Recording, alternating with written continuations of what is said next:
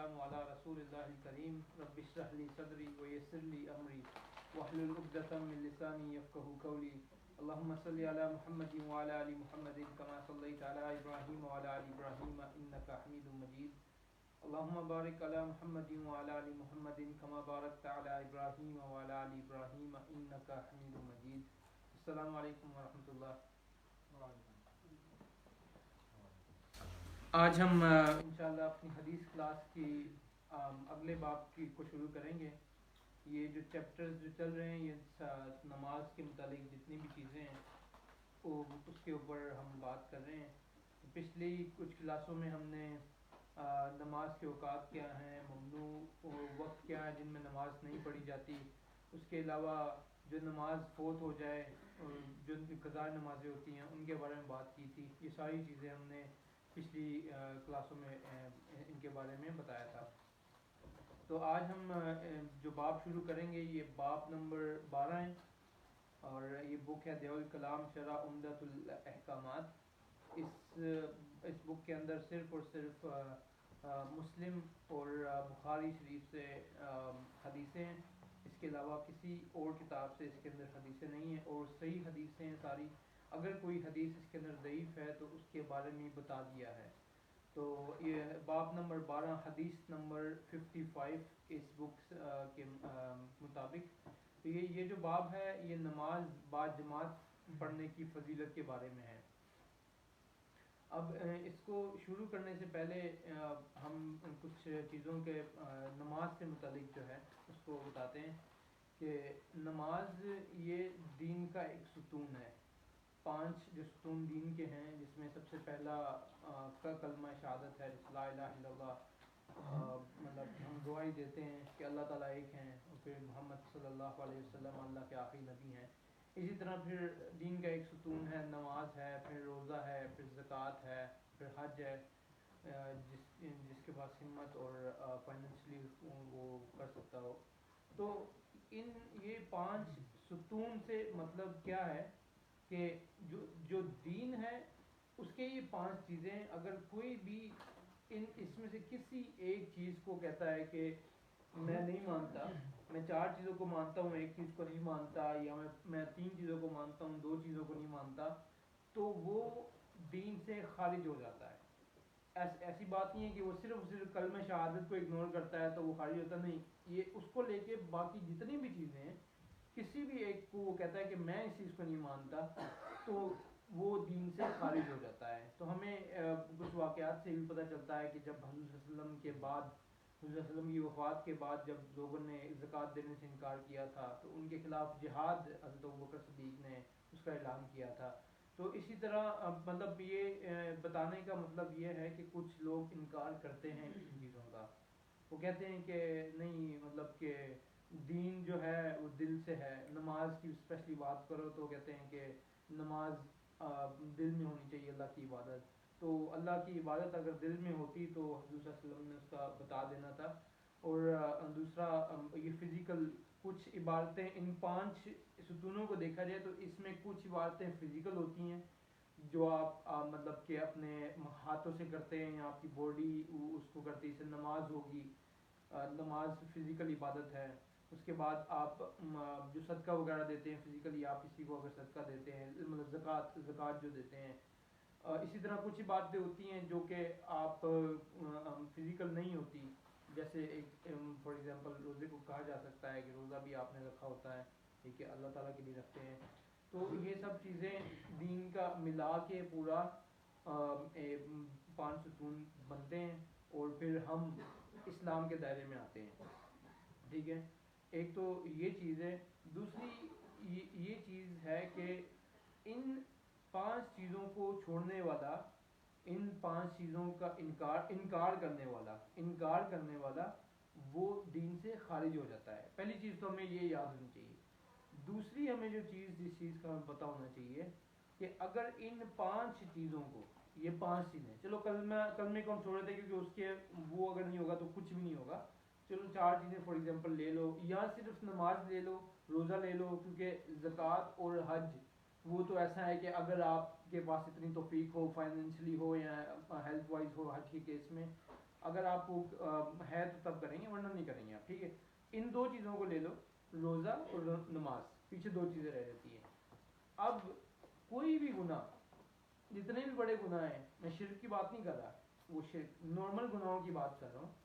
کوئی بھی جو گناہ ہوتا ہے نا وہ اس لیول تک نہیں ہوتا, مطلب کہ یہ اللہ تعالیٰ نے فرض کیے ہوئے ہمارے پہ, مطلب یہ ستون ہیں, پلرز ہیں اسلام کے. اب کوئی اور گناہ, ایک بندہ اگر جان بوجھ کے نماز چھوڑتا ہے یا ایک بندہ اگر جان بوجھ کے روزہ نہیں رکھتا, وہ جو گناہ ہے وہ اتنا بڑا گناہ نہیں ہے کہ جتنا بندہ ایک شرابی پیتا ہے یا ایک زنا کرنے والا یا چوری کرنے والا. کیوں؟ کیونکہ یہ تو سارے گناہ ہیں ہی, یہ سارے چیزیں ہیں, لیکن دین کس کے اوپر, دین تو یہ پلرز ہے نا, ان کے اوپر بیس کرتا ہے نا. تو آج کل لوگ اس چیز کو سمجھ نہیں رہے, کہتے ہیں کہ ہم باقی ساری چیزیں ہیں وہ نہیں کریں گے, مطلب کہ میں شراب بھی نہیں پیتا, میں سگریٹ بھی نہیں پیتا, میں اسموکنگ بھی نہیں کرتا, مطلب یہاں میں ڈرگز وغیرہ نہیں کرتا, کچھ بھی نہیں کرتا. ان کو لگتا ہے کہ وہ سارے گناہ ان گناہوں سے بہت بڑے ہیں. ایسی بات نہیں ہے. نماز کو جو چھوڑنا ہے وہ بہت بڑا گناہ ہے, بہت زیادہ بڑا گناہ ہے. اور وہ گناہ جو ہے وہ شراب پینے سے بھی بڑا گناہ ہے, وہ آپ کے باقی زنا کرنے سے بھی بڑا ہے, ان ساری چیزوں سے بہت بڑا گناہ ہے ایک نماز چھوڑنا بھی. اس چیز کو ہمیشہ یاد رکھیں. تو آپ اگر آپ, کیونکہ اس لیے کہا گیا ہے کہ اگر آپ باقی چیزیں کر بھی رہے نا اور ساتھ آپ 5 وقت کی نماز پڑھ رہے ہیں, تو اللہ تعالیٰ ان نمازوں کے بدلے آپ کو ان چیزوں سے دور کر دے گا. کیونکہ قرآن کی آیت ہے کہ اللہ تعالیٰ بے حیائی سے دور کرے گا نمازوں کے ذریعے. ٹھیک ہے, اور جیسا کہ میں نے پہلے ہی بتایا تھا کہ اگر کوئی شخص یہ کہہ رہا ہے کہ میں 5 وقت کی نماز پڑھتا ہوں لیکن میں برے کاموں سے دور نہیں ہو رہا, ٹھیک ہے, میں سارے برے کام کرتا ہوں اور ساری نمازیں پڑھتا ہوں, تو اس کو یہ جاننا چاہیے کہ وہ نمازیں کس طرح پڑھ رہا ہے. ٹھیک ہے, اس کی نمازوں کے اندر وہ غلطی اسی کے اندر ہے. اللہ تعالیٰ کی آیت یا اللہ تعالیٰ کی کوئی بات نعوذ باللہ غلط نہیں ہو سکتی. جب اللہ تعالیٰ نے کہا ہے کہ یہ چیز تمہیں برائیوں سے دور کرے گی, تو ایک شخص کو پھر اپنا معائنہ کرنا ہے کہ میں کتنا صحیح کر رہا ہوں, میری نمازوں کے اندر خشوع ہے کہ نہیں ہے, میں کس طرح نمازیں پڑھ رہا ہوں, کیا میں نبی کریم صلی اللہ علیہ وسلم کے طریقے کے اوپر نماز پڑھ رہا ہوں, یا اس کا پیچھے جو سسٹم چل رہا ہے کہ وضو اس نے صحیح طریقے سے کر رہا ہے. یہ ہوتا ہے وہ پاک ہی نہ ہو پھر نمازیں پڑھتا رہے, چاہے وہ تہجد گزار ہی کیوں نہ ہو, اگر پاک انسان نہیں ہے تو پھر وہ کیسے اس کا فائدہ ہوگا. تو ان چیزوں کا ہمیشہ خیال رکھنا ہے. تو اس لیے اگر کوئی شخص, اگر پہلے تو یہ بات ہے کہ ہمیں ہر گناہ سے دور نہیں رہنا ہے, جتنی بھی کوشش کر سکے ہمیں ہر گناہ سے دور رہنا ہے. تو اب اگر کوئی انسان باقی گناہ چھوڑ کے, مطلب باقی گناہ چھوڑ کے اور یہ گناہ کر رہا ہے, تو اس کو اپنا دیکھنا چاہیے, اس کو سوچنا چاہیے. میں یہ نہیں کہہ رہا کہ آپ نمازیں شروع کر لو اور ساتھ دوسرے گناہ بھی شروع کر لو, وہ نہیں میں کہہ رہا. میں یہ کہہ رہا ہوں کہ آپ گناہوں کی پریورٹیز بھی تو دیکھیں. آپ لوگوں کو اتنی بڑی بڑی باتیں سنا دیتے ہیں, ٹھیک ہے, کہ وہ بندہ فلاں ایسا ہے فلاں ایسا ہے, ٹھیک ہے, لیکن وہ بندہ اس سے 5 وقت کا نمازی ہو, وہ آپ سے بہتر ہے. وہ ایک بے نمازی سے نمازی بہتر ہے. اسی طرح ایک فرضی سے نافرضی بہتر ہے. مطلب ایک بندہ صرف فرض نماز پڑھ رہا ہے اور ایک بندہ فرض نماز نہیں پڑھ رہا, تو وہ بہت بہتر ہے اس سے. اسی طرح اس کے اوپر چل جاؤ, ایک بندہ جو سنتے پڑھ رہا ہے, فرض بھی پڑھ رہا ہے, سنتے بھی پڑھ رہا ہے, وہ بھی مطلب کہ کچھ مقدار میں اس سے بہتر ہے جو صرف فرض پڑھ رہا ہے. لیکن آپ یہ نہیں کہہ سکتے کہ وہ صرف فرض نماز پڑھ کے جا رہا ہے. اب اسپیشلی ایسا ہوتا ہے کہ یہ مطلب کہ ہم اپنے ملک کی بات کریں گے, جن لوگوں کو دین کا کوئی پتہ نہیں ہے, ان کو صرف باتیں کرنے آتی ہے, وہ کیا کہتے ہیں کہ جی عربیوں کے بارے میں اسپیشلی کہتے ہیں کہ یہ, کیونکہ ان کے دماغ میں ایک عجیب سی سائنس ہے, وہ یہ سمجھتے ہیں کہ یہ عربی لوگ جو ہوتے ہیں یہ حضور صلی اللہ علیہ وسلم سے محبت نہیں کرتے, ٹھیک ہے, ان کی سنتوں کے اوپر عمل نہیں کرتے, جبکہ یہ لوگ جو کہنے والے ہوتے ہیں نہ کسی کی شکل محمدی ہوتی ہے, نہ کسی کا کوئی کام محمدی ہوتا ہے. بس ان کو, کیونکہ ان کو صرف باتیں کرنی آتی ہے, شیطان نے ایسا ان کے اندر سسٹم کیا ہوتا ہے. تو یہ لوگ کہتے ہیں کہ یہ صرف فرض نماز پڑھتے ہیں, سنتے نہیں پڑھتے. اب میں عرب ملک میں رہتا ہوں, ٹھیک ہے, اور میں پاکستان میں بھی گیا ہوں. اب آپ دیکھیں نا, جا کے آپ مسجد میں جائیں, آپ نارمل نماز کے لیے مسجد میں جائیں پاکستان میں, آپ کو ہارڈلی ایک لائن ملے گی، ہارڈلی. اور اس کی کوئی ایسی وجہ نہیں ہے کہ مسجدیں بہت زیادہ ہیں اس لیے لوگ بہت زیادہ ڈسٹریبیوٹ ہوتے ہیں، ایسی کوئی وجہ نہیں ہے. یہ وجہ یہ ہے کہ لوگ نماز ہی نہیں پڑھتے، بے نمازی ہیں. اور وہ بے نمازی بھی جو ہے نا باہر ادھر جماعت ہو رہی ہوگی، یہاں بیٹھ کے دوسروں کو گالیاں نکال رہا ہوگا کہ جی یہ عربی لوگ جو ہیں یہ سنتے نہیں پڑھتے. اب عربی لوگوں کی بات کریں، اگر میں کویت کی بات کرتا ہوں کیونکہ میں کویت میں رہتا ہوں تو میں کویت کی بات کرتا ہوں کہ کویت میں نماز جب ہوتی ہے فجر نماز کے لیے بھی آپ کو 100-150 بندے نظر آتے ہیں. میری اپنی مسجد میں دیکھ لو کہ آپ فجر کے لیے جب جاتے ہیں تو نارمل دنوں کے اندر آپ کو آرام سے مطلب 100 لوگ تو ایزیلی ہوتے ہیں نا، ایزیلی یہ میں کہہ رہا ہوں. اور وہاں مسجدوں کی حالات اس طرح کے ہیں کہ اگر ان کی کوانٹٹی دیکھا جائے تو آپ سامنے دیکھ رہے ہیں تو مسجد ہے، رائٹ دیکھ رہے ہیں تو مسجد ہے، لیفٹ دیکھ رہے ہیں مسجد ہے، پیچھے دیکھ رہے ہیں تو مسجد ہے. اتنی مسجدیں ہیں. اور سب مسجدوں میں ایک ہی ٹائم پہ اذان ہوتی ہے، اور سب مسجدوں میں پھر وہ جماعت کو اوپر نیچے اپنے حساب سے ان کا سسٹم ہوتا ہے. لیکن جو بھی نمازیں فجر نماز کی اس لیے کہہ رہا ہوں کہ فجر نماز ایسی ہوتی ہے کہ اگر آپ پاکستان چل جاؤ نا تو کبھی کبھی ایسا بھی ہوگا کہ مسجد میں صرف امام آ کے نماز پڑھ کے چل جاتا ہوگا، فور شور ایسا بھی ہوگا. کیونکہ باقی نمازوں کے حالات اس طرح کے 5-6 لوگ ہوتے ہیں. اور مجھے اچھی طرح یاد ہے کہ میں نے ایک پنڈ تھا کوئی، پتہ نہیں مجھے اب ایگزیکٹلی نام مجھے پتا ہے، میں نہیں اس کو ڈسکلوز کروں گا. میں جمعے کی نماز پڑھنے کے لیے گیا تھا اور 5 سے 6 صفحے تھی جمعے کی نماز کے لیے، 5 سے 6 صفحے تھی. حالات دیکھو ہمارے ملک کے کس طرح کے ہیں. اور یہ لوگ ان لوگوں کے اوپر طنز کرتے ہیں جو کہ جمعے کے لیے حالات اس طرح کے ہوتے ہیں کہ آپ کی جو نارمل لوکل مسجد ہوتی ہے وہاں پہ جمعہ سٹارٹ ہونے سے بھی مطلب 15-20 منٹ 30 منٹ پہلے مسجد اندر سے فل ہو جاتی ہے. اتنی بڑی بڑی مسجدیں ہیں جن کی آپ مطلب آپ حیران ہو جاؤ گے آپ ایک علاقے کی نارمل مسجد کو بھی دیکھ کے.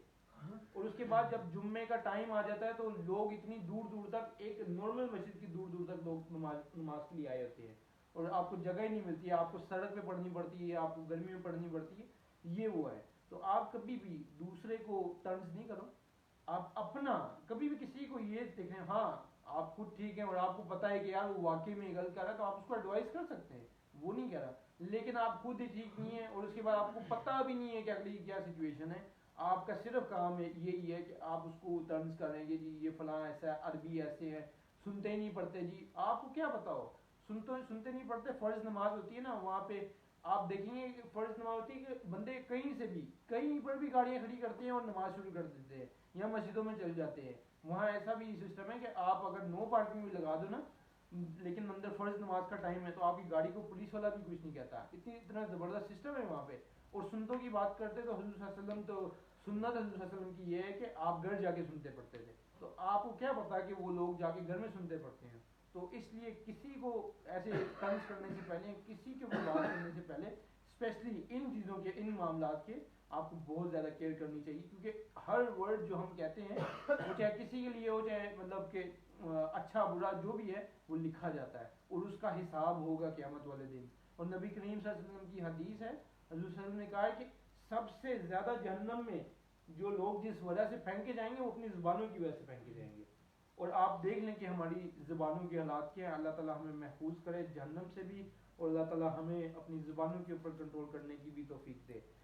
تو شروع کرتے ہیں آج کی حدیث نمبر 55. یہ نماز باجماعت کی فضیلت کے بارے میں ہے. حضرت عبداللہ بن عمر رضی اللہ عنہما سے روایت ہے کہ رسول اللہ صلی اللہ علیہ وسلم نے فرمایا جماعت کی نماز اکیلی نماز سے 27 درجے زیادہ افضل ہے. جو آپ ایک اکیلی نماز پڑھتے ہیں اور ایک جو نماز آپ باجماعت پڑھتے ہیں وہ 27 درجے زیادہ افضل ہے. اب یہ درجے اگر آپ اپنے نیکیوں کے جو اعمال کا جو ہوتا ہے نا سسٹم، وہ ایسا نہیں ہوتا کہ آپ کو ہر چیز کا ایک ہی لیول کا ثواب مل رہا ہوتا ہے، ایسا نہیں ہوتا. حضور صلی اللہ علیہ وسلم کی حدیث ہے کہ نیکیوں کی مطلب کہ اس کے بھی درجے ہیں. اس طرح کی حدیث ہے آدمی کی نیت اور اس کے طریقے اور ان سب چیزوں کا پورا ملا کے نمبر، جس طرح ہم ایگزام میں ہماری ساری چیزوں کو دیکھ کے فارمیٹنگ اور یہ ساری چیزوں کو دیکھ کے ہمیں مارکس ملتے ہیں، اس طرح جو ہمارے جو عمل ہوتے ہیں اس کا بھی اس طرح ہی ہوتا ہے صاحب کہ آپ کے ایک سے لے کے آپ کو محض 70 ہیں یا اس سے زیادہ ہے، وہ حدیث اس کو میں نہیں بتا رہا، لیکن آپ کو لیولز ہوتے ہیں کہ کسی چیز کا آپ کو ایک درجہ ملے گا، کسی کا آپ کو 70 گنا زیادہ ملیں گے. جیسے کہ نماز کا یہ ہے کہ اگر آپ اکیلے نماز پڑھتے ہیں تو آپ کو کتنا اکیلی نماز سے 27 درجے زیادہ ملتا ہے آپ کو. ٹھیک ہے، 27 درجے آپ کو زیادہ جا کے اگر آپ جماعت کی نماز پڑھتے ہیں تو آپ کو ملتا ہے.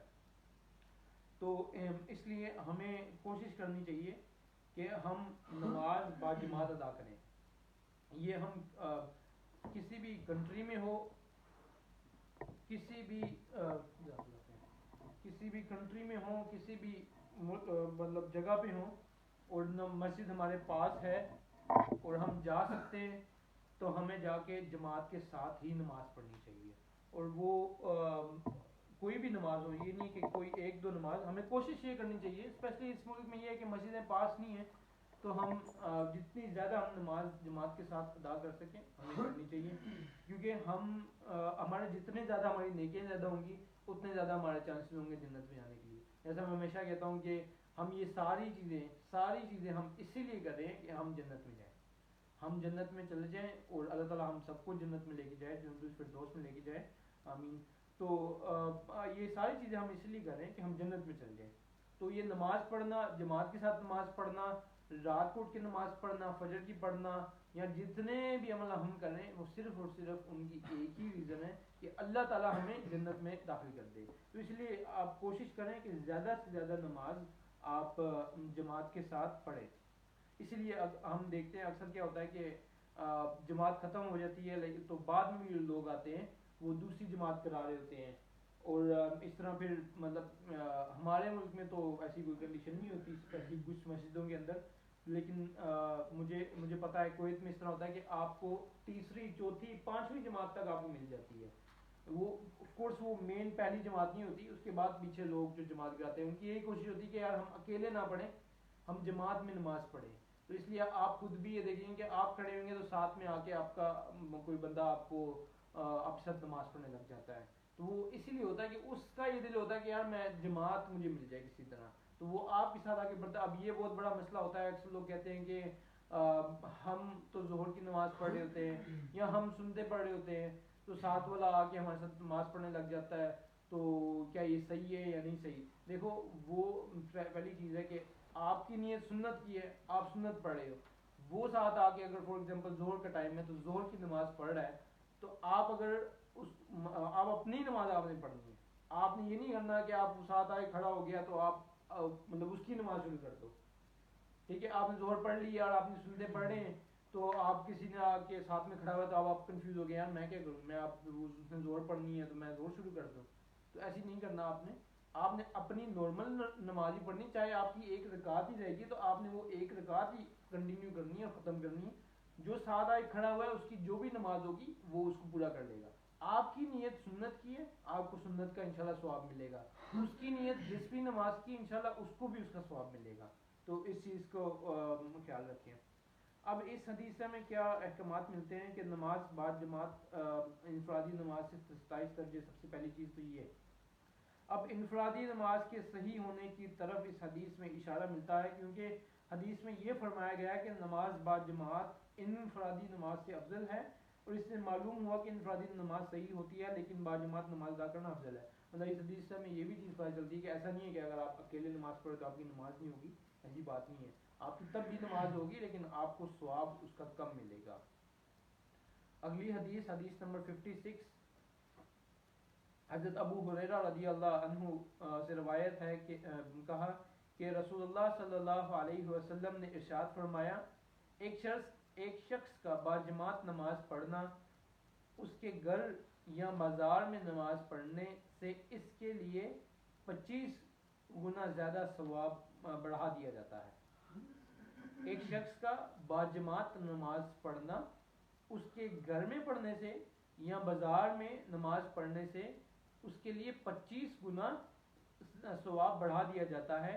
یہ اس لیے کہ جب وہ وضو کرتا ہے اور اچھی طرح وضو کرتا ہے پھر اپنے گھر سے مسجد کی طرف نکلتا ہے، اسے صرف نماز اسے صرف نماز ہی نکالتی ہے، مطلب وہ اسپیشلی نماز کے لیے نکل رہا ہوتا ہے،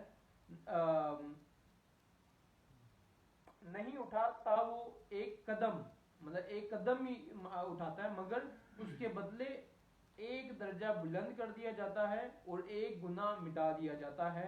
جب وہ نماز پڑھتا ہے فرشتے اس کے لیے دعا کرتے ہیں جب تک وہ اپنی نماز کی جگہ پر بیٹھا رہتا ہے۔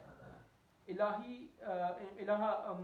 اس پر رحمت نازل فرما، یہ فرشتے دعا کرتے ہیں اس شخص کے لیے کہ جو نماز ختم کرتا ہے اور پھر اپنی جگہ کے اوپر بیٹھا رہتا ہے۔ الہی اس پر رحمت نازل فرما، الہی اسے بخش دے، الہی اس پر رحم فرما، وہ نماز میں ہی رہتا ہے جب تک نماز کا انتظار کرتا رہتا ہے۔ اب اس ایک حدیث سے ہمیں بہت ساری چیزوں کا پتہ چل رہا ہے، ٹھیک ہے۔ سب سے پہلی چیز تو ہمیں یہ پتہ چلتی ہے کہ ہم اگر گھر میں پڑھیں یا بازار میں اگر پڑھ رہے ہوتے ہیں تو ہمیں اس کے بجائے کہ ہم جماعت میں جا کے نماز پڑھتے ہیں تو اس کا ہمیں 25 گنا زیادہ ہمیں ثواب ملتا ہے۔ اب اس کی ریزن آگے بتائیے، اس کی ریزن یہ بتائیے کہ سب سے پہلی چیز یہ ہے کہ ایک بندہ گھر کے اندر ہے، اس کو کچھ بھی کام کر رہا ہے یا جو بھی ہے، نماز کا وقت ہوا ہے، وہ اسپیشلی اللہ تعالیٰ کے لیے اس نے وضو کیا ہے اور جا کے اس نے نماز پڑھی ہے۔ اب کیا ہوگا کہ اس کو ہر قدم کے اوپر، اور یہ صحیح حدیث ہے، یہ مطلب کہ اتنی مطلب زبردست حدیث ہے، اور یہ حدیث ہمارے لیے ایک موٹیویشن بھی ہے کہ ہم مسجد میں جا کے نماز کیوں پڑھیں، چاہے کتنی دوری کیوں نہ ہو، ہم مسجد میں جا کے نماز کیوں پڑھیں؟ اس لیے پڑھ لیں کیونکہ آپ جب وضو کر کے، اور یہ بھی یاد رکھیں، کوشش کریں کہ ہمیشہ گھر سے وضو کر کے جائیں، یہ کوشش ہونی چاہیے بندے کی، کیونکہ حدیث کے الفاظ اس طرح کے کہ وہ وضو کر کے پھر نکلتا ہے، تو وضو کر کے ہر قدم جو مسجد کی طرف اٹھاتا ہے اس کے بدلے ایک درجہ بلند کر دیا جاتا ہے اس کا، اور ایک گناہ مٹا دیا جاتا ہے۔ اب امیجن کریں کہ ایک بندے کا آدھا گھنٹہ دور ہے گھر سے، ایک بندے کا گھر آدھا گھنٹہ دور ہے، تو وہ جتنے بھی قدم لے رہا ہے مسجد کی طرف اس کا ایک درجہ اس کا بلند کیا جاتا ہے اور اس کا ایک گناہ معاف کر دیا جاتا ہے۔ اب ہم دن کے اندر پتہ نہیں کتنے گناہ کرتے ہیں، تو ہوتا ہے کہ صرف ہمارا یہ مسجد کی طرف جانا ہی ہمارے وہ کتنے سارے گناہ ہمارے معاف ہو جائیں، تو اس لیے۔ اور دوسری کیا ہے، یہ تو ایک چیز ہوگی، اب دو چیزیں ہوگی، درجہ بلند گناہ معاف، دو چیزیں یہ ہوگی۔ اب آگے کیا ہے، جب تک وہ جائے نماز پہ رہتا ہے، اب جب اس نے فرض پڑھ لیا، فرض پڑھنے کے بعد جب بیٹھتا ہے، یہ مطلب یہ تیسری چیز میں بتا رہا ہوں، جب وہ فرض پڑھ کے وہ بیٹھا رہتا ہے وہاں پہ، فرشتے اس کے لیے، اس کی بخشش کے لیے دعا مانگتے ہیں۔ تو اس سے ہمیں کیا پتہ چلتا ہے کہ ایسا نہیں ہے کہ ہم نماز پڑھی ٹک کر کے نکل کے باہر، نہیں، بیٹھے رہے وہاں پہ، تھوڑی دیر بیٹھ جائیں، 5 منٹ بیٹھ جائیں، یا آپ کے پاس جتنا وقت ہے آپ اسی جگہ پہ اوپر بیٹھے رہیں، کیونکہ جب تک آپ اسی جگہ پہ بیٹھے رہیں گے فرشتے آپ کی دعائیں کرتے رہیں گے۔ ایک دعا جو ہم مانگتے ہیں اور ایک دعا جو پھر فرشتے مانگتے ہیں، وہ لیول چیک کریں، فرشتے ہمارے لیے بخشش کی دعا مانگ رہے ہیں تو ہمیں اور کیا چاہیے۔ تو اس لیے کوشش کریں کہ آپ نماز، فرض نماز مسجد میں جا کے آپ پڑھیں، جب با جماعت تو نماز پڑھیں، اس کے بعد آپ بیٹھے رہیں تھوڑی دیر، ذکر کریں نا، ذکر بھی حضور صلی اللہ علیہ وسلم نے جو بتائے ہیں آپ وہ ذکر بھی کریں۔ اب پھر بات وہاں چلے گی، لیکن آج ہی ایسے ہوا ہے نماز کے ٹائم پہ، یا کل شاید ہوا تھا، اس لیے میں بتاتا ہوں صرف 1 منٹ کی بات۔ اب حضور صلی اللہ علیہ وسلم نے ہمیں طریقے بتائے کہ آپ نے نماز کے بعد کیا کرنا ہے، کون سے اذکار آپ نے کرنے ہیں، آپ نماز کے بعد آپ نے وہ اذکار کرنے ہیں۔ اب ان اذکار کے علاوہ یہ کافی سارے اذکار ہیں، کوئی ایسے نہیں کہ ایک اذکار ہے تو بندے اگر یہ سوچے کہ یار یہ تو ایک اذکار ہے اور کیا اذکار ہے میں بھی وہی کرتا ہوں، ٹھیک ہے۔ اب یہ کافی سارے ایک لسٹ ہے، آپ کو 10 کوئی اذکار مل جائیں گے جو کہ آپ کو ہر فرض نماز کے بعد پڑھنے ہیں، جس کے اندر آیت کرسی بھی آتی ہے، 3 کل بھی آتے ہیں، اور اس کے علاوہ اور بھی دعائیں ہیں، اور ایسی زبردست قسم کی دعائیں ہیں جو اذکار کے اندر آتی ہیں۔ اور یہ ساری چیزیں چھوڑ کے، یہ سنت طریقہ ہے، یہ ساری چیزیں چھوڑ کے کیا کر رہے ہوتے لوگ، میں نے مطلب کہ نماز ختم کی ہے، اس نے بندے نے، اللہ ہدایت دے اس کو بھی، ہمیں بھی ہدایت دے۔ پہلے تو یہ سب سے پہلی چیز یہ تو بڑی عام ہے نا، یہ سر پہ یہاں ہاتھ رکھنا، کسی کا پتہ نہیں کوئی اور مسئلہ ہوتا ہے، وہ میں نے آج کل دیکھ رہا ہوں ایک بندہ اس کو بالوں کو ایسے ایسے پکڑ کے نا، ایسے پہلے ڈھونڈتا ہے بالوں کو، اور یہ لٹرلی روز میں دیکھتا ہوں اسی بندے کو۔ انشاءاللہ اللہ تعالیٰ اس کو ہدایت دے، اس کو بتانا ہے، شاید نہ پتہ ہو اس کو اس چیز کا، ایسے بال ڈھونڈتا ہے، پھر ایسے بال پکڑ کے پتہ نہیں کیا پڑھ رہا ہوتا ہے ہر فرض کی نماز کے بعد. ٹھیک ہے، کوئی سنت طریقہ نہیں ہے یہ. سر پہ ہاتھ رکھ لیں نماز کے بعد، کوئی سنت طریقہ نہیں ہے یہ، بدعت ہے یہ بدعت. آپ کو اس کا گناہ ملے گا. امیجن کریں کہ آپ کو حضور صلی اللہ علیہ وسلم نے بتایا کہ آپ نماز کے بعد قرآن کی ایک آیت پڑھو، آپ کو مطلب آپ کے اور جنت کے درمیان صرف اور صرف کیا ہوگا، آپ کی موت ہوگی. آیت الکرسی کتنی زبردست. آپ کو آپ صرف وہ ایک آیت بھی اگر آپ کو آتی ہے آیت الکرسی، آپ وہ پڑھتے ہیں ڈیلی، ہمیشہ ہر فرض نماز کو پڑھتے ہیں، آپ کا جنت کا ٹکٹ آلموسٹ بک ہو رہا ہوتا ہے. تو وہ بندے ان سب اذکار کو چھوڑ کے اوپر یہ جو یہ کر دیتے ہیں، یہ آپ کو جہنم کی طرف لے کے جا سکتے ہیں، کیونکہ یہ بدعت ہے. حضور صلی اللہ علیہ وسلم نے نہیں بتایا، نہیں کیا، ہمیں وہ نہیں کرنا. اچھا یہ جو چیز میں بتا رہا ہوں کہ میں نے کل ہی دیکھا تھا، نماز ختم ہوئی ہے، اس کے بعد وہ بندہ یا رسول اللہ یا رسول اللہ صلو علی النبی ایسے کر کے، مطلب کہ کس نے سکھایا یہ؟ میں مطلب کہ یہ سوچ رہا ہوں کہ یار اس کے بعد آپ کو حضور صلی اللہ علیہ وسلم جب مطلب سلام پھرتے سب سے پہلے کہتے ہیں اللہ اکبر استغفر اللہ استغفر اللہ، 3 بار استغفر اللہ استغفر اللہ کہتے تھے. اگر انسان کو باقی چیزیں نہیں بھی آتی، یہ تو آتا ہی ہے نا، لیکن نہیں سلام پھیرتے ہی صلی اللہ صلو علی النبی. تو یہ چیزیں یہ بدعت ہیں یہ. اور جب ہم ان بدعتوں کے بارے میں بتاتے ہیں کہ یہ بدعت ہے، تو یہ کہتے ہیں جی یہ لوگ نبی کریم صلی اللہ علیہ وسلم سے محبت نہیں کرتے. اب یہ کیسی محبت کر رہے ہو کہ جو حضور صلی اللہ علیہ وسلم نے بتایا نہیں آپ وہ کر رہے ہو؟ تو اس چیز سے ہمیں بچنا چاہیے. وہ چیزیں دیکھیں جو حضور صلی اللہ علیہ وسلم نے بتائی ہیں، اور یہ بڑی امپورٹنٹ چیزیں، جن میں سے ایک یہ امپورٹنٹ چیز ہے کہ آپ نماز کی جگہ پہ بیٹھے ہیں، جتنی دیر بھی بیٹھ سکتے ہیں اذکار کریں آپ زیادہ سے زیادہ، اور پھر اس کے بعد اٹھیں. اب ہمیں 3 چیزیں پتہ چل گئی. درجے بلند ہوں گے آپ کے، ہر اسٹیپ کے اوپر آپ کے گناہ معاف ہوں گے. مطلب آپ دیکھیں نا، آپ کچھ بھی نہیں کر رہے، وضو کیا اور صرف مسجد سے نکلیں اور آپ کو نہیں پتا کیا ہو رہا ہے، آپ کے درجے بلند ہو رہے ہیں، گناہ معاف ہو رہے ہیں. ایسے ساری چیزیں یہ ہو رہی ہیں. ٹھیک ہے، اور یہ ایک وجہ یہ بھی ہوتی ہے کہ ہمیں ایک پورا سسٹم ہوتا ہے نا اس کا، اگر اس کا پورا ہمیں بنانا چاہیے. ہم اللہ کا شکر ہے ہم پڑھے لکھے لوگ ہیں، ہمیں یہ چیز کا پورا ایک سسٹم نا بنانا چاہیے کہ ہمیں کون سی چیز جہنم کی طرف لے کے جا رہی ہے، کون سی چیز ہمیں جنت کی طرف لے کے جا رہی ہے، کون سی چیز ہمارے رزق کے اندر مطلب فرق لے کے آ رہی ہے، کون سی چیز ہے جو ہماری اولاد نہیں ہمیں مل رہی. اور اب ان سب چیزوں کا کیا ہو رہا ہے کہ اگر ہم یہ استغفار کریں گے تو ہمیں یہ چیزیں ہمیں ملتی رہیں گی، ہم گناہ کریں گے تو اس کے اوپر افیکٹ ہوگا، اس کے اوپر افیکٹ ہوگا. یہ پورا ایک گراف ہمیں بنانا چاہیے. پھر ہمیں پتہ چلے گا کہ ہماری زندگی کے اندر کتنی جو آسانیاں آ رہی ہیں، اس کی وجہ کیا ہو رہی ہے کہ ہم استغفار نہیں بھی کر رہے لیکن ہم یہ کچھ چیزیں کر رہے ہیں ہم نے بتائی ہیں. تو ایٹومیٹکلی ہمارے رزق میں بھی فرق پڑ رہا ہے، ایٹومیٹکلی ہماری باقی چیزوں کے اندر بھی فرق پڑ رہا ہے. کیونکہ ساری چیزوں کا، ہماری ساری مشکلات کا اگر نچوڑ ایک پیچھے سے ایک فلٹر نکالا جائے نا، تو وہ ہمارے گناہ ہیں. اب جتنے گناہ کم ہوتے جائیں گے اس لائن کے اندر، اس پائپ لائن کے اندر جتنے گناہ کم ہوتے جائیں گے، اسی طرح آپ کی زندگی آسان ہوتی جائے گی. وہ ایک ایسی کہہ لو کہ ایک پورا ایک فلٹر ہے اور اس کے اندر آپ کے گناہ پھنسے ہوئے ہیں، اور آپ کی جو چیزیں ہیں وہ رزق آپ کا رکا ہوا ہے، آپ کی اولاد آپ کی رکی ہوئی ہے، جنت اینڈ پہ جنت کا وہ سسٹم پر رکا ہوا ہے. استغفار ایک ایسی گولی ہے جس کو آپ کرتے ہو، وہ سارا صاف کر کے آپ اس کو جنت کی طرف لے کے جاتا ہے. آپ دیکھتے ہو کہ آپ کا رزق بھی بڑھ رہا ہے، آپ دیکھتے ہو آپ کی اولاد بھی اللہ تعالیٰ دے رہا ہے، آپ دیکھ رہے ہو کہ آپ کے کتنی اور چیزیں آٹومیٹکلی آسان ہو رہی ہے، آپ کی مشکلات بھی آسان ہو رہی ہیں. ساری چیزیں نا، سارا ریلیشن ہے اس کا گناہوں کے اندر. اپنے گناہوں کو کم کر دیں، اللہ تعالیٰ سے زیادہ معافی کریں. کر رہے ہیں گناہ تو معافی تو مانگیں، ایٹ لیسٹ معافی تو مانگیں نا. انسان اتنی شرم تو ہونی چاہیے ہمارے اندر کہ ہم اپنے گناہوں کی معافی مانگیں. تو اب اس اچھا یہ ہوگی کتنی چیزیں، درجے گناہ، اس کے بعد تیسری چیز تھی کہ فرشتے اپنی جگہ پہ بیٹھے ہیں، فرشتے آپ کی دعا مانگیں گے. اب یہ دیکھو حدیث کے اندر دعا بھی، فرشتوں کی دعا بھی بتا دی ہوئی ہے. اور یہ کچھ ایسا نہیں ہے حضور صلی اللہ علیہ وسلم کے علم میں گیا نا، یہ ساری چیزیں اس لیے تو ہے کہ حضور صلی اللہ علیہ وسلم جو بھی بتاتے ہیں وہ اللہ تعالیٰ کی طرف سے ان کو پتہ چلتا ہے تو بتاتے ہیں، کچھ بھی اپنے سے نہیں بتاتے وہ. تو یہ سارا اس لیے بتایا ہے کہ اللہ تعالیٰ اس کے اوپر رحم کر، رحمت نازل کر، اللہ تعالیٰ اس کو بخش دے، اللہ تعالیٰ اس کے اوپر رحم فرما. مطلب یہ فرشتے ہمارے لیے دعا کر رہے ہوتے ہیں. ٹھیک ہے، یہ 3 چیزیں ہوگی. اب چوتھی چیز کیا ہے کہ بعد جماعت کے لیے انتظار میں گزارتا وہ وقت بھی نمازی میں شمارتا ہے.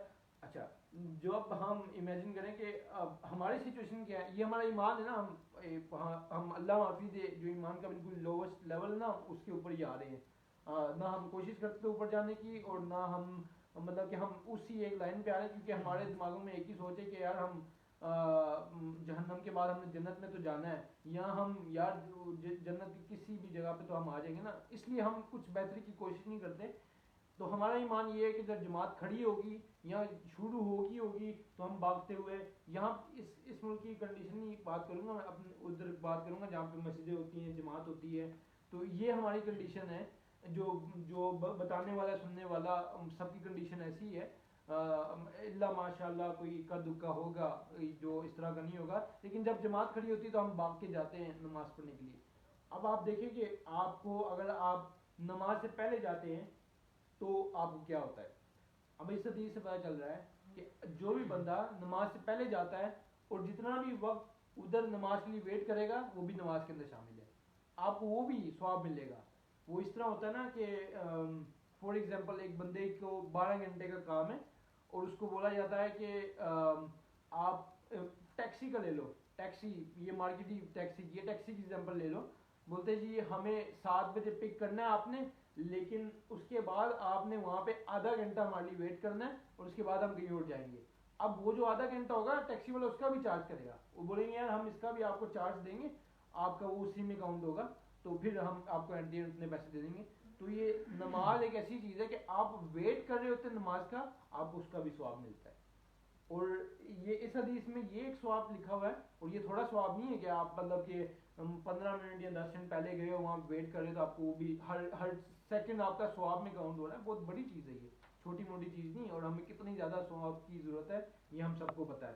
اب یہ ایک حدیث ہے. اب ایک اور حدیث میں کیا ہے جس میں دعا کی قبولیت کے جو ٹائم ہوتے ہیں، جو یہ صحیح حدیث ہے کہ دعا کی جو قبولیت کا ٹائم ہوتا ہے وہ اذان اور اقامت کے بیچ میں جو ٹائم ہوتا ہے، یہ جو ٹائم ہوتا ہے نا، یہ 5 منٹ 10 منٹ 15 منٹ 20 منٹ جتنا بھی اذان اور اقامت کے دوران، یہ وہ ٹائم ہے کہ دعا کی قبولیت کا ٹائم ہے. جس طرح ہمیں پتہ ہے جب بارش ہو رہی ہوتی ہے دعا کی قبولیت کا ٹائم ہوتا ہے، یا اس طرح اور بھی کچھ جو ہمیں صحیح حدیثوں سے پتہ چلتا ہے دعا کی قبولیت کا ٹائم، یہ بھی اس میں سے ایک ٹائم ہے.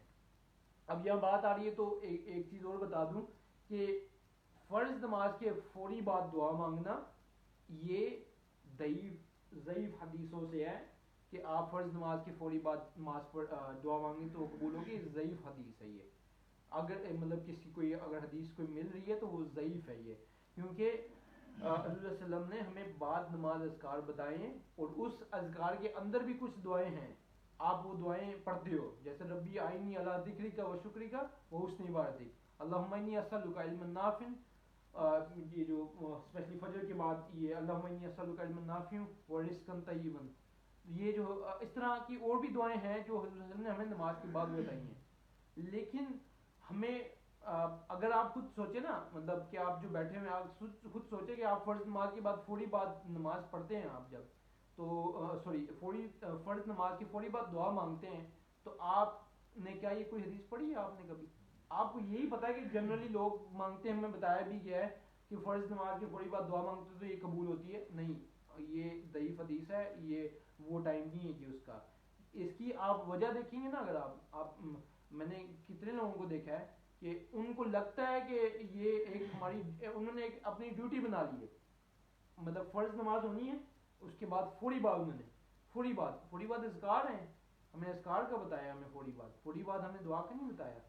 اس کے انہوں نے فوری بعد یہ ایک اس کو روٹین بنائی ہوئی، فوری بعد ایسے کریں گے اور ایسے یہ دعا مانگ جا رہی ہے، مطلب پتہ نہیں مطلب کس سے دعا مانگ رہے کیا کر رہے ہیں یہ، اور وہ اوپر کر کے وہ پھر کوئی السلام علیکم جی ایسے کر کے وہ اسلام بھی کر رہے ہوتے ہیں. مطلب یہ کون سی دعا مانگ رہے ہو؟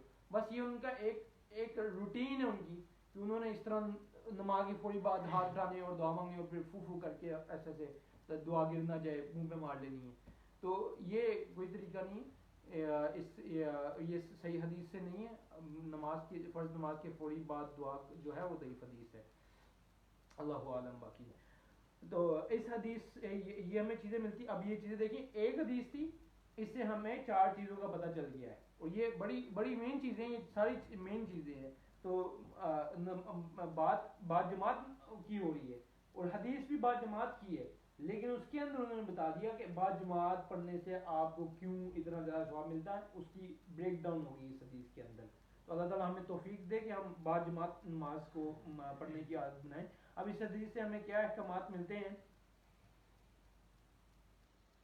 نمازی کی صحت کے لیے جماعت شرط نہیں ہے، انفرادی بھی ہو جاتی ہے، لیکن ثواب اس کا کامل ملے گا۔ وہ یہ کہ صحت وغیرہ اگر اس کی ساتھ نہ دے رہی ہو تو پھر اس کو اکیلے بھی پڑھ سکتا ہے وہ۔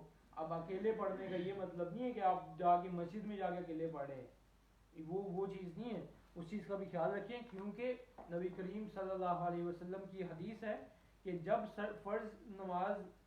فرضوں کی اقامت ہو جائے تو سنتے اور نفل منع ہیں۔ ابو ہریرہ رضی اللہ عنہ سے روایت ہے کہ نبی کریم صلی اللہ علیہ وسلم نے فرمایا جب نماز کی اقامت ہو جائے تو فرضوں کے علاوہ کوئی نماز نہیں ہوگی۔ جماعت ہو رہی ہے، پیچھے آپ نماز پڑھ رہے ہیں، سنتے پڑھ رہے تھے آپ، اسپیشلی فجر کے ٹائم اس طرح ہوتا ہے کہ لوگوں کو یہ لگتا ہے کہ فجر کے بعد ہم سنتے نہیں پڑھ سکتے۔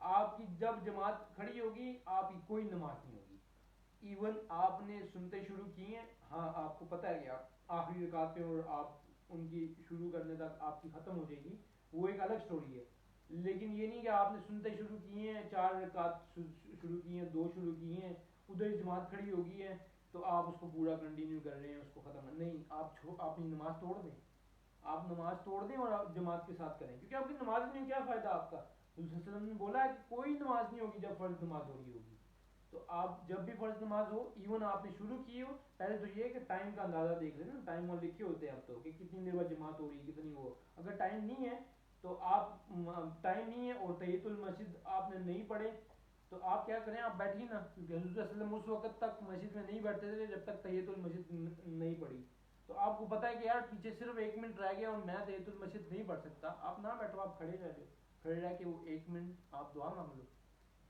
دعا یہ رسمتا ہے اقامت اور فرض کے بیچ، اقامت اذان اور اقامت کے بیچ میں دعا قبولیت ہوتی نا، وہ 1 منٹ کی دعا اگر آپ مانگ لیں کہ اللہ مجھے معاف کر دیں یا اللہ میرے سارے گناہ معاف کر دو، تو ہوتا ہے اگر وہ قبولیت کا وہی وقت ہوا تو اللہ تعالیٰ آپ کے سارے گناہ بھی معاف کر دیں گے انشاءاللہ۔ تو اسی طرح خیال رکھیں فرض نماز جب ہو رہی ہو تو کوئی اور نماز نہیں ہوگی۔ باجماعت نماز پڑھنے کی فضیلت اچھی طرح وضو کرنے، مسجد کی طرف جانے، خالص نیت سے عبادت کرنے اور نماز کے انتظار میں بیٹھنے کی بنا پر بڑھتی ہے۔ مطلب اس پوری اس کا سسٹم یہ ہے کہ آپ خالص آپ وضو کیا ہے، آپ جا ہی نماز کے لیے رہے ہو، تب آپ کو اس چیز کا اتنا ثواب ملے گا۔ ایسا نہیں ہے کہ آپ کسی اور کام کے لیے گئے ہو اور پھر اس کے بعد آپ نماز کے لیے چلے گئے ہو تو آپ کو ثواب ملے گا، پھر بھی باجماعت کا ثواب ملے گا، لیکن یہ جو چیزیں بتائیے نا کہ آپ کو اسپیشلی آپ نماز کے لیے جا رہے ہو تو وہ جو ثواب ملتا ہے وہ اس لیول کا آپ کو نہیں ملے گا، اس درجے کا نہیں ملے گا۔ نماز کا انتظار کرنے والے کو اتنا ہی ثواب ملتا ہے جتنا نماز پڑھنے والے کو ملتا ہے، اس کو یاد رکھیں اس چیز کو۔ یہ میں نے بتایا نا، یہ حدیث بڑی زبردست ایک موٹیویشن ہے ہمارے لیے کہ ہم نماز کے لیے جائیں، ہم وہاں جا کے بیٹھیں، انتظار بھی کریں، دعا بھی مانگیں اور اس کے بعد بھی ہم بیٹھیں اور یہ سارا کچھ کریں۔ اللہ تعالیٰ ہم سب کو توفیق دے ایسا کرنے کی۔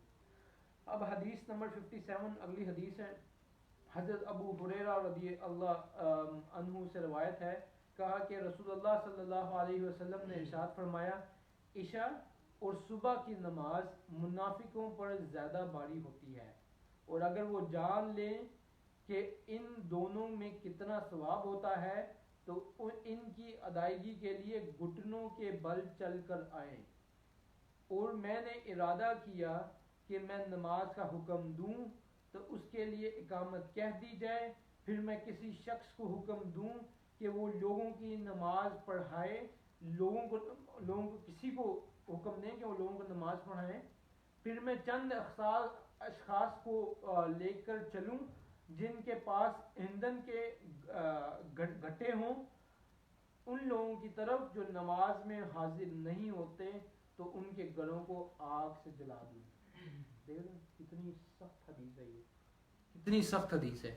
پہلے تو ایک کلیئر کر دیا، اور یہ اللہ تعالیٰ ہمیں ہدایت دے، اسپیشلی یہ جو 2 نمازیں ہوتی ہیں نا، ان میں ایسی سستی ہوتی ہے کہ عشاء کی بھی ہوتی ہے، ایسی بات نہیں کہ صرف فجر کے لیے بھی، ہاں وہ الگ بات ہے کہ اس ٹائم ہم سوئے رہتے ہیں تو وہ ایک الگ چیز ہے، لیکن عشاء اور صبح حضور نے کیا کہا ہے، یہ نماز منافقوں پر زیادہ باری ہے، اور جتنے بھی ساتھی نماز کو چھوڑ رہے ہیں، بتانے والا کہنے والا یہ بہت سخت چیز ہے۔ منافقوں کے لیے باری ہے یہ نماز، تو یہ اگر ہم لوگ نماز یہ چھوڑ رہے ہیں، ہم جماعت کے ساتھ چھوڑ رہے ہیں یا ویسے بھی اس کو چھوڑ رہے ہیں تو یہ یاد رکھیں، یہ مسجد میں جا کے مطلب اسپیشل جماعت کی بات کی ہے، تو یہ منافقوں کے لیے یہ زیادہ باری ہوتی ہے۔ اور اگر وہ جان لیں، مطلب صرف ایسے نہیں رسول اللہ علیہ وسلم کی کوئی بھی، کیونکہ رسول اللہ علیہ وسلم کا بیسٹ وے آف دعویٰ ہے، مطلب کہ زبردست ٹیچر ہیں، ان سے بہتر کوئی ٹیچر نہیں آیا، انہوں نے کوئی بھی بات آدھی نہیں چھوڑی۔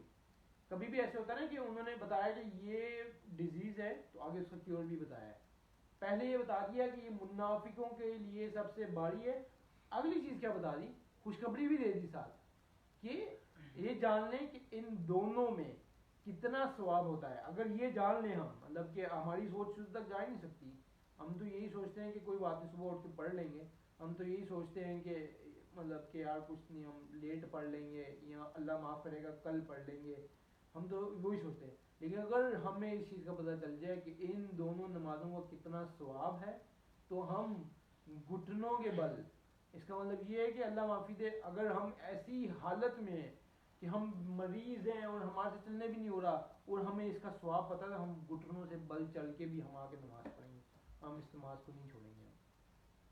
تو یہ بہت ضروری ہے، ہم سب کو اللہ تعالیٰ توفیق دے اور اس کو لازمی کر لیں آپ، اور کوئی بھی وجہ اور ہمیشہ اپنی دعاؤں کو نا ایسے کر لیں آپ کہ اللہ جو بھی چیز مجھے اس نیک کام سے، کوئی بھی نیک کام ہے، فار ایگزامپل کوئی بھی چیز، یا اللہ مجھے عشاء پڑھنے سے، جماعت کے ساتھ عشاء پڑھنے سے روک رہی ہے یا دور کر رہی ہے، مجھے اس چیز سے دور کر لے، یا اللہ جو بھی چیز، کوئی ایسا گناہ میرا ہے جو مجھے اس نیک کام کرنے کی طرف جانے سے روک رہا ہے، یا اللہ مجھے اس گناہ سے دور کر لے۔ ایسے اپنی دعاؤں کو جو ہے نا بدلیں اپنی دعاؤں کو۔ تو پہلے تو یہ چیز بتا دی، ٹھیک ہے۔ اب اگلی کیا چیز بتائی، یہ اسپیشل مطلب کہ وہ ہے جو لوگ جماعت کے ساتھ نماز ادا نہیں کرتے، گھر میں ہی ان کا سسٹم ہوتا ہے کہ نماز تو پڑھنی ہے انہوں نے، ٹھیک ہے، لیکن انہوں نے ایک روٹین بنائی ہوتی کہ گھر میں ہی نماز پڑھنی ہے، مسجد میں جانا ہی نہیں ہے، گھر میں پڑھنی۔ ان لوگوں کے لیے یہ حدیث ہے کہ، اور میں نے ارادہ کیا، حضرت وسلم کہتا ہے کہ میں نے ارادہ کیا ایسے، یہ نبی کریم صلی اللہ علیہ وسلم کہہ رہے ہیں، کوئی عام آدمی نہیں کہہ رہا، کہ میں نماز کا حکم دوں، پھر اقامت بھی کہوں، اور پھر کسی بندے کو کہوں کہ تم آ کے نماز پڑھاؤ، اور پھر میں کچھ لوگوں کو لے کے ایندھن لے کے جاؤں اور ان لوگوں کے گھروں کو آگ لگا دوں، جو لوگ گھر میں بیٹھے ہوئے اور جماعت ہو رہی ہے۔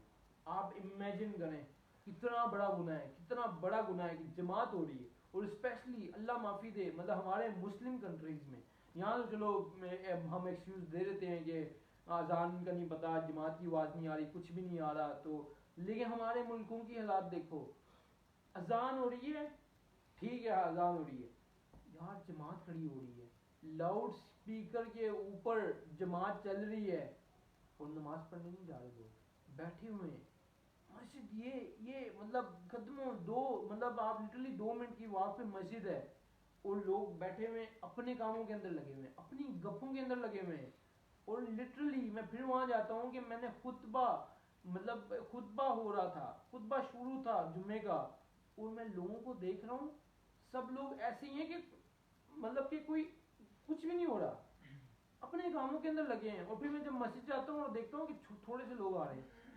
نارمل نمازوں کی بات کی ہوئی ہے کہ اتنی زبردست سخت حدیث ہے، اور پھر جب جمعے کے لیے بھی لوگ ایسے کریں، اللہ معافی دے، اور پھر ہم کہہ رہے ہیں کہ ہمارے حالات ٹھیک نہیں ہو رہے، ہمارے ملک کے حالات ٹھیک نہیں ہو رہے۔ ہمارے ملک کے حالات کیسے ٹھیک ہوں گے جب ہم کچھ ٹھیک کرنا ہی نہیں چاہیں گے، کبھی بھی نہیں ٹھیک ہوگا، نہ ہمارے حالات ٹھیک ہوں گے اور نہ ہی ملک کے حالات ٹھیک ہوں گے، کسی بھی چیز کے حالات نہیں ٹھیک ہوں گے، اور ہمارے گھروں کے حالات بھی کبھی بھی ٹھیک نہیں ہو سکتے۔ یہ ساری چیزیں ہمیں بتائی ہوئی ہیں کہ جو چیزیں ہمیں اچھائی کی طرف لے کے جا رہی ہیں، ہماری سکسیس کی طرف لے کے جا رہی ہیں، اب ہم ان چیزوں کو چھوڑ دیں گے، نظر انداز کر دیں گے، مذاق اڑائیں گے، تو پھر کیسے کچھ ہوگا، کچھ اچھا نہیں ہوگا۔ آپ اچھے کی امید نہ کریں، کبھی بھی اچھا نہیں ہوگا۔ اور پھر کیا کہا کہ ان لوگوں کی طرف جاؤں جو نماز میں حاضر نہیں ہے، مطلب آپ ایک دیکھیں نا کہ ایک مسجد ہوتی ہے، اس کے پاس کتنے سارے گھر ہوتے ہیں، امیجن کریں کہ یہ مسجد ہے اور ساتھ 4-5 بلڈنگز ہیں، 4-5 فلورز کی، اب ایسا تو نہیں ہے 4-5 فلورز کی بلڈنگز ہیں اور ٹوٹل فلیٹس 100 فلیٹس ہیں، یہ ایک ایگزامپل دے رہا ہوں، اور 100 فلیٹس کے اندر کہ صرف 10-15 مرد ہیں، ایسی تو بات نہیں ہے، ایسا تو ہے ہی نہیں، ہر گھر کے اندر ایک مرد تو ہے ہی ہے، ایک نہ ایک تو ہے، تو مسجد کے اندر 100 لوگ تو پریزنٹ ہونے چاہیے نا اس ٹائم پہ. چلو 10 لوگ اگر مریض بھی ہیں 90 تو ہونے چاہیے نا. تو پھر مسجد کے اندر جب 4-5 لوگ ایک صف ہو 20 لوگوں کی, تو یہ تو بہت زبردست غلط بات ہے. اس کا مطلب یہ ہے کہ ہم بڑے برے حالات میں چل رہے ہیں. تو ایسے لوگوں کے لیے حضور صلی اللہ علیہ وسلم نے کہا کہ میرا دل کرتا ہے کہ میں آگ لگا دوں. پھر ایک اور حدیث میں پتہ چلتا ہے کہ پھر حضور صلی اللہ علیہ وسلم مطلب کہ اس حدیث کا ایک اور حدیث سے پتہ چلتا ہے اس میں ہے کہ اگر مجھے اس گھر کے اندر بچوں کا اور عورتوں کا خدشہ نہ ہوتا, کہ مطلب صرف ان کا خیال کر کے, ورنہ لگا دیتے, ورنہ تو لگا دیتے آپ, اور پھر سوچو کہ کیا سین ہوتا آگے تک. پھر مطلب کہ وہ سنت پہ اگر چلتے حضرت عمر فاروق رضی اللہ عنہ, حضرت ابوبکر صدیق, لیکن ایسا نہیں کیا. لیکن اس لیے یہ بڑی سخت چیز ہے, ہمیں نماز کو باجماعت مسجد میں جا کے ادا کرنی چاہیے. کچھ بھی ہو جائے, کچھ بھی کوئی بھی کام اتنا ضروری نہیں ہوتا, نماز سے زیادہ کوئی ضروری کام نہیں ہوتا. نماز آپ سارے کام روک سکتے ہیں, نماز آپ پڑھیں, باقی کام کے لیے تو ہم اپنی ساری چیزیں روک دیتے ہیں. تو پھر نماز کے لیے کیوں نہیں ہم اپنی چیزوں کو روکتے ہیں, چاہے وہ آپ مسلم کنٹری میں ہو, نان مسلم کنٹری کے لیے ہو, کوئی بھی ایکسکیوز کہیں بھی کام نہیں آئے گا. اگر آپ کو نان مسلم کنٹری اتنے آپ کو مشکل دے رہی ہے, آپ لوگ کہتے ہیں جی یہ میں نے آ کے تیسرا یہ 2 جمعے میرے مس ہو گئے, میں نہیں پڑھ سکا. ایسے یہاں پہ ہوتا ہے, اکثر لوگ بتا رہے ہوتے ہیں 2 جمعے مس ہو گئے ہیں, میں جاب کی وجہ سے نہیں پڑھ سکا. وہ بڑے اس طرح کے لوگ ہیں, پھر ان کے اوپر ڈال دینا. ریسسٹ لوگ ہیں, نماز کے اوپر شفٹ دے دیتے ہیں مجھے, میں ان کو پتہ ہے جمعہ کتنا ضروری ہے, پھر مجھے شفٹیں دے دیتے ہیں اس ٹائم کے اوپر. میرے 2 جمعے مس ہو گئے ان کی وجہ سے نہیں, تمہارے اپنی وجہ سے مس ہوئے گی. مطلب تمہارے اندر اتنی عقل ہو تو تم ایسی جو بھی کیوں کرو. 1 جمعہ مس ہوا ہے ریکویسٹ کرو, 2 جمعہ مس ہوا ہے اس کے بعد بولو میں جا رہا ہوں. اپنے اندر دیکھو نا, یہ ڈر ہے نا کہ بھائی رزق بہت ضروری ہے, نمازوں سے بھی ضروری ہے. جب یہ چیز آئے گی تو پھر تو تم اسی کنڈیشن میں رہو گے. جب انسان کو یہ ہو کہ اللہ تعالیٰ رزق دینے والا ہے, میں جمعے نہیں چھوڑ سکتا, میں نمازیں نہیں چھوڑ سکتا, ساری چیزیں چھوڑ سکتا ہوں. میں کم کھا لوں گا لیکن اپنی نمازوں کا خیال رکھوں گا, میں کم کھا لوں گا لیکن حلال کا رکھوں گا, اور جس طرح صحیح طریقے سے ہوگا ویسے رکھوں گا. تو پھر دیکھو انشاءاللہ کیسے آپ کو بہتر آپ کو رزق ملتا ہے. لیکن نہیں, ایسی سوچ تو آتی نہیں ہمارے دماغ میں. ہمارے دماغ میں یہی آتی کہ یار میری تو شفٹ تھی, میں کیا کر سکتا تھا. اب تم کیا کر سکتے ہو, اوپر جا کے ایسا کوئی ایکسکیوز نہیں چلے گا. کیونکہ ہمیں تو ایک کتاب ملی ہوئی ہے قرآن, ایک گائیڈ, اس میں بتایا ہوا ہے ایسا ملک جو آپ کو آپ کی پریکٹس کرنے سے روکے, آپ کو حلال کمانے سے روکے, آپ کی یہ ساری چیزوں سے روکے, آپ کو اس کنٹری سے ہجرت کرنی ہے. آپ کو اس کنٹری میں نہیں رہنا جہاں پہ آپ اپنا دین کو صحیح طریقے سے نہیں چلا سک رہے. آپ کو اس کنٹری سے اس کو چھوڑ کے جانا ہے. تو پھر ایسی باتیں انسان کرے کہ جناب یہاں پہ تو سب کرنا پڑتا ہے, یہاں پہ تو شراب بھی بیچنی پڑتی ہے, سور بھی بیچنا پڑتا ہے. یہ کوئی بات نہیں ہے, یہ شیطان کہہ رہا ہے آپ کو. کل کو وہاں پہ جواب نہیں دے سکیں گے, کل کو آپ کہہ ہی نہیں سکو گے اللہ میں ایسی کنٹری میں تھا. کیوں, ایک ہی کنٹری, اللہ تعالیٰ نے ایک ہی ملک بنایا ہے, کیا دوسری کنٹریز نہیں ہیں؟ اتنی بڑی دنیا اللہ تعالیٰ نے بنائی ہوئی ہے. تو پھر آپ نے مطلب وہی ہے نا کہ انسان کا سوچ ہی صرف دنیا تک محدود ہے کہ پیسے کیسے کمانے ہیں, پاسپورٹ کیسے لینا. اب یہ ساری چیزوں تک محدود ہوگا تو پھر وہ تو وہیں پہ رہے گا نا, خوار ہوتا رہے گا, ساری چیزیں وہ انہی چیزوں کے اندر رہے گا. اللہ تعالیٰ ہم سب کو ہدایت دے. تو یہ حدیث ہے. اب اس کے اندر کیا چیزیں ہمیں ملتی ہیں احکامات کے اندر؟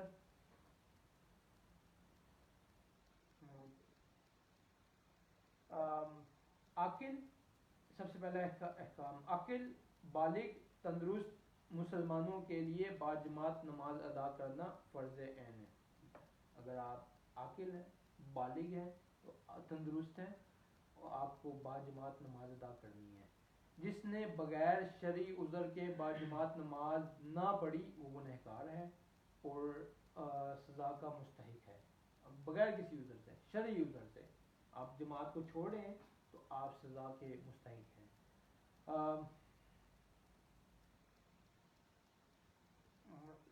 منافقین عبادت اس لیے کرتے ہیں تاکہ لوگ انہیں دیکھ لیں, ان کا مقصد صرف دکھاوا ہوتا ہے. اب یہ جو حدیث سے ہمیں یہ پتہ چلا نا کہ ان کا کہ منافقوں کے لیے یہ 2 باری ہوتی ہیں. تو یہ اس لیے کہا ہے کہ باقی نمازیں تو پڑھ رہے ہوتے ہیں وہ, لیکن یہ ان کے اوپر اگر کوئی منافق ہے نا جس نے صرف لوگوں کے لیے پڑھنی ہے, تو یہ 2 نمازیں اس کے لیے بھی باری ہو جائیں گی. وہ لوگوں کے لیے بھی ان دونوں نمازوں میں نہیں آ سکے گا وہ. تو یہ اس میں آتا ہے. اور عشاء اور صبح کی نماز دیگر نمازوں سے زیادہ فضیلت کی حامل ہے. یہ دو نمازیں کیونکہ ہمیں یہ پتہ ہے کہ اگر اس کا ثواب ہمیں پتہ چل جائے تو ہم رینگتے ہوئے ہم مسجد کی طرف جائیں. اس لیے یہ جو دو نمازیں باقی نمازوں سے ان کا لیول بہت ہائی ہے. عشاء اور صبح کی نماز کی باجماعت ادائیگی منافعوں کے باری ہے. یہ ہم نے جو پڑھی تھی. اب اس پر یہ باب ختم ہوتا ہے. اگلا جو باب ہے اس کے اندر صرف ایک ہی حدیث ہے اور یہ ہم نے پچھلے بھی اس کے بارے میں بتایا ہے. تو اس حدیث کو ہم پڑھ لیتے ہیں تاکہ ہمارا یہ باب بھی کور ہو جائے. اور یہ پتہ ہے یہ حدیث کا میں نے پہلے ہی بتایا ہوا ہے. اس سے پہلے ایک دو چیزیں جو ضروری ہیں وہ میں بتا دوں. پہلی چیز تو یہ ہے کہ نبی کریم صلی اللہ علیہ وسلم کی حدیث ہے ساری زمین ساری کی ساری سجدہ گاہ ہے. کہیں پر بھی آپ نماز پڑھ سکتے ہو سوائے حمام اور مقبرے کے, سوائے وہاں جہاں پر قبر ہو اور ٹوائلٹ کے. ان دونوں جگہوں کے علاوہ آپ کہیں پر بھی نماز پڑھ سکتے ہو. آپ دیکھو جگہ ہے صاف ہے, ٹھیک ہے, صاف یہاں تک بتائیے اگر وہ وہاں پر دھوپ پڑ رہی ہے وہاں پانی پڑ رہا ہے وہ جگہ صاف ہو جاتی ہے, آپ وہاں پہ نماز پڑھ سکتے ہو. کوئی بھی جگہ ہے آپ کو پتہ ہے کہ آپ مطلب ٹوائلٹ نہیں اور یہاں قبر نہیں, آپ وہاں نماز پڑھ سکتے ہو. اگر آپ کو ایسے کنڈیشن آپ کو لگ رہا ہے کہ یار جگہ صاف نہیں ہے, اپنی جیکٹ اتار کے وہاں ڈالیں اور نماز پڑھیں. جہاں نماز ایک پریئنگ میٹ لے لیں, چھوٹا سا ٹریولنگ میٹ آتا ہے آپ وہ لے لیں. اس ملک کی بات کر رہا ہوں جہاں پہ مسجدیں وغیرہ نہیں ہیں, تو آپ وہ لے لیں. نماز کو نہ چھوڑیں کچھ بھی کسی بھی حالت میں. کہیں پر بھی ہیں کرنے دو لوگ جو بھی ہیں کرنے دو, دیکھنے جو لوگ جو سارے دیکھ رہے ہیں یہاں پہ اسپیشلی اس ملک میں. کس سے ڈر رہے ہیں آپ؟ باہر روڈ پہ اسٹریٹ پہ نماز پڑھنے سے کس سے ڈر رہے ہیں مجھے یہ بتائیں. حق پہ ہے نا, اللہ تعالیٰ کے لیے نماز پڑھے نا. جب یہ لوگ اسٹریٹ کے اوپر شرابیں پی سکتے ہیں زنا کر سکتے ہیں تو ہم لوگ حق پہ ہوتے ہوئے صحیح کام نہیں کر سکتے؟ ہمارے اندر شرم ہے, اتنی شرم ہے, مطلب کہ کس بات کی شرم آ رہی ہے؟ حق پہ ہوتے ہوئے ہم شرما رہے ہیں ان کافروں سے. تو اس چیز کو اپنے دل سے نکالیں, اپنے دل کے اندر وہ ڈالے ہیں کہ آپ حق کے اوپر ہیں. اللہ تعالیٰ نے آپ کو لیڈر بنایا ہے, اپنے آپ کو ویسی عام انسان نہ سمجھیں. وہ بے حیا لوگ ہیں, ہر ٹائم بے حیائی کھلے عام کر رہے ہیں, اور آپ کو ایک حیا والا کام آپ کو اسٹریٹ کے اوپر پڑھنے سے ڈر لگ رہا ہے تو اپنے آپ کو ایمان کا جائزہ لیں. دوسری چیز, قبر پر یا اس کی جانب منہ کر کے نماز پڑھنا حرام ہے. قبروں کی طرف منہ کر کے نماز مت پڑھو اور نہ ان پر بیٹھو, ٹھیک ہے. یہ صحیح حدیث ہے. یہ حدیث بہت ساری چیزیں ہیں, اب وقت نہیں ان چیزوں کا بات کرنے کے. یہ قبر پہ جا کے مانگنا, سجدے کرنے اور یہ سب چیزیں اسی چیز کے اندر شامل آ جاتی ہیں. ایک اور حدیث ہے ابو ہریرہ رضی اللہ عنہ سے روایت ہے کہ رسول اللہ صلی اللہ علیہ وسلم نے فرمایا اللہ یہود و نصارہ کو ہلاک کرے, انہوں نے اپنے انبیاء کی قبروں کو سجدہ بنا لیا ہے. اللہ یہود و نصارہ کو ہلاک کرے, انہوں نے اپنے انبیاء کی قبروں کو سجدہ بنا لیا ہے. ٹھیک ہے, یہودیوں کی بات ہو رہی ہے, ان کو ہلاک کرنے کی مطلب کہ مدعا دی ہے رسول اللہ علیہ وسلم نے.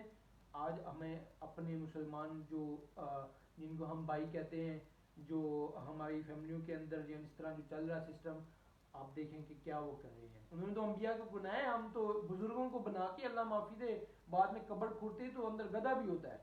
مطلب کہ اتنا وہی بس وہ ہندوؤں والا رواج ہے, جہاں پتھر لگایا وہاں پوجنا شروع کر دیا, جہاں پہ ایک چھوٹی سی چیز بنائی چادر ڈال دی وہاں پہ مطلب پوجنا شروع ہو گیا سارا کچھ. وہی سسٹم چل رہا ہے. تو اللہ تعالیٰ ہمیں معاف کرے اور ہمیں ہدایت کے رستے پہ لے کے آئے. ام المؤمنین عائشہ رضی اللہ عنہا کا بیان ہے کہ رسول اللہ صلی اللہ علیہ وسلم نے اپنے مرض وفات میں بنایا, مطلب آخری وقت میں فرمایا جب فوت ہونے والے تھے اس ٹائم بتایا, اللہ تعالیٰ یہود نصارہ پر لعنت کرے, انہوں نے اپنے انبیاء کی قبروں کو سجدہ گاہ بنا لیا. مطلب اتنی سخت چیز ہے کہ رسول اللہ علیہ وسلم فوت ہونے والے ہیں, اس ٹائم پہ بھی ان کو مطلب کہ ہلاک کی بدعا دی کہ اللہ تعالیٰ ہلاک کر دے ان لوگوں کو. کتنی سخت چیز ہے یہ. نماز سے متعلق ایک اور ضروری چیز, ایسے لباس میں نماز مکروہ ہے جو انسان کی توجہ اپنی طرف مبذول کرنے والا ہو.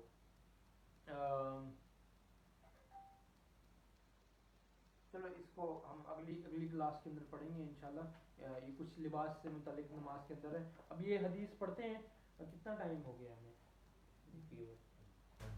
ایک بس یہ آخری حدیث پڑھتے ہیں انشاءاللہ, اس کو بھی ختم کرتے ہیں. یہ باب مطلب چیپٹر وہی چل رہے ہیں سارے, نماز کے متعلق سارے چل رہے ہیں, اور جب چینج ہوگا انشاءاللہ میں بتاؤں گا. اللہ کرے کہ ہم اللہ تعالیٰ میں توفیق دے کہ ہم اس کو لے کے جا سکیں. آگے تک یہ ہے عورتوں کے مسجد میں حاضری، عورتوں کے مسجد میں حاضری کے متعلق ہے۔ حضرت عبداللہ بن عمر رضی اللہ عنہ سے روایت ہے کہ نبی کریم صلی اللہ علیہ وسلم نے ارشاد فرمایا جب تم میں سے کسی ایک کی بیوی صحیح حدیث بتا رہا ہوں میں، کوئی ضعیف حدیث نہیں ہے، جب تم میں سے کسی ایک کی بیوی مسجد جانے کی اجازت طلب کرے تو وہ اسے نہ روکے۔ بلال بن عبداللہ نے کہا اللہ کی قسم ہم تو انہیں ضرور روکیں گے۔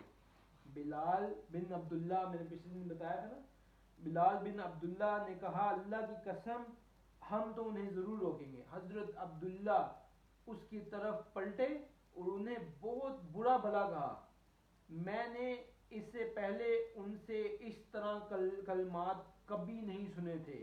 یہ حضرت ابو ہریرہ کہہ رہے ہیں میں نے اس سے پہلے اتنے سخت الفاظ کبھی بھی حضرت عبداللہ کے منہ سے نہیں سنے۔ حضرت عبداللہ کون تھے؟ حضرت عمر رضی اللہ عنہ کے بیٹے تھے، اور حضرت بلال کون ہیں؟ حضرت عبداللہ کے بیٹے رضی اللہ عنہ کے بیٹے ہیں۔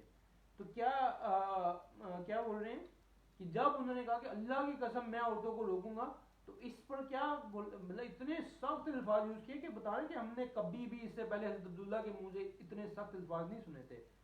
میں تجھے کہہ رہے ہیں حضرت عبداللہ کہہ رہے ہیں رضی اللہ عنہ، میں تجھے رسول اللہ صلی اللہ علیہ وسلم کے حوالے سے بات بتاتا ہوں اور تو کہتا ہے کہ باخدا میں ان کو ضرور روکوں گا۔ اتنی غلط چیز ہے نا، ہم لوگ کی ڈائریکٹ اپوزیشن، جو ظلم کا ڈائریکٹ اس کی اپوزٹ، مطلب کہ اگر کوئی اس طرح کی بات ہو نا تو اس کا ایک طریقہ بھی ہوتا ہے، اگر کوئی نبی کریم صلی اللہ علیہ وسلم کی کوئی بات ہے اس کا ایک طریقہ ہوتا ہے، اس کو بھی اگر آپ مطلب مخالف تو آپ ہو ہی نہیں سکتے، نعوذ باللہ ایسا تو کبھی بھی نہیں کرنا، لیکن آپ اپنی ایک نالج سے اپنے آپ کو لگتا ہے کہ آج کل جو سسٹم چل رہا ہے تو، اور وہ بھی بہتری کے لیے، وہ بھی میں بتاؤں گا، یہ حضرت عائشہ رضی اللہ عنہا سے بھی وہ حدیث ہے، وہ بھی میں بتاؤں گا آپ کو کہ وہ یہ میں کیا کہہ رہا ہوں۔ اب اس کو ختم کرتے ہیں کہ مسلم کی روایت ہے کہ اللہ کی بندیوں کو اللہ کی مسجد سے نہ روکو، ٹھیک ہے؟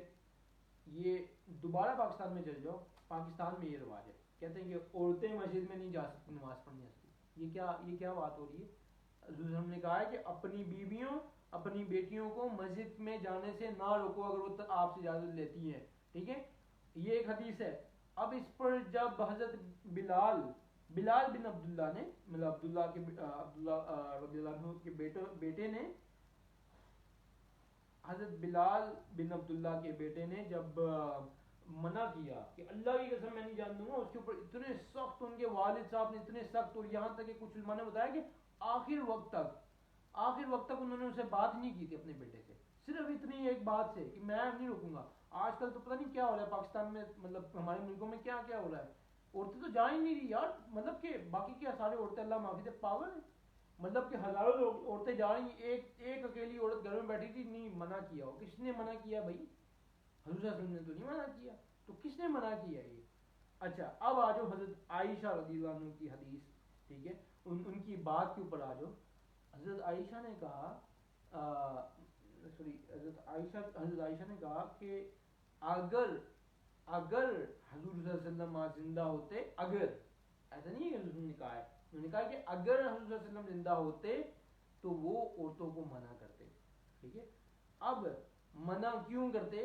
کہ عورتوں کے جو حالات ہو گئے ہیں آج کل، اب آپ دیکھیں نا جا کے، وہ زمانہ چھوڑتے آج کا زمانہ دیکھیں، اگر روکا ہوتا، ابھی بھی نہیں روکنا ہمیں، کیونکہ حضور صلی اللہ علیہ وسلم نے منع نہیں کیا تو ہم نے نہیں روکنا، لیکن ان کی بات کو صرف اس کو میں تھوڑا سا ایلیبوریٹ کر رہا ہوں کہ آج کل جو حالات ہو گئے عورتوں کے، ٹھیک ہے، نماز پڑھنے جو جا رہی تھی، اللہ معافی دے، ہم نے دیکھا ہے یہاں پہ اسپیشلی دیکھ رہے ہیں کیا حالات ہیں یہاں پہ سسٹرز کے، نماز پڑھنے جا رہی، مطلب کہ یہ حالات آ گئے ہیں مسجدوں میں ان کو کھلے کپڑے رکھنے پڑ رہے ہیں کہ وہ پہن کے نماز پڑھیں، وہ یہ حالات آ گئے ہیں۔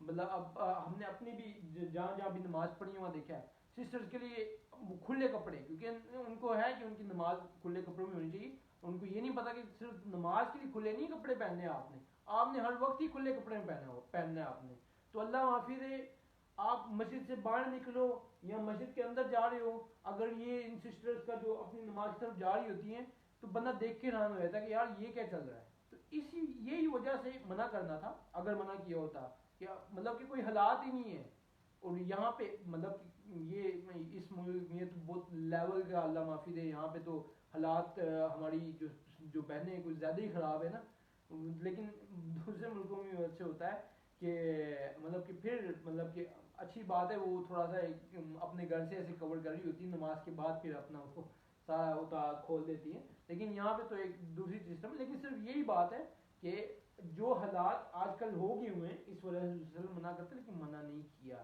ایسی کوئی چیز نہیں ہے. تو اس حدیث سے ہمیں احکام کیا ملتے ہیں؟ عورت جب نماز کی ادائیگی کے لیے مسجد جانے کی اجازت طلب کرے تو اسے اجازت دینا مستحب ہے.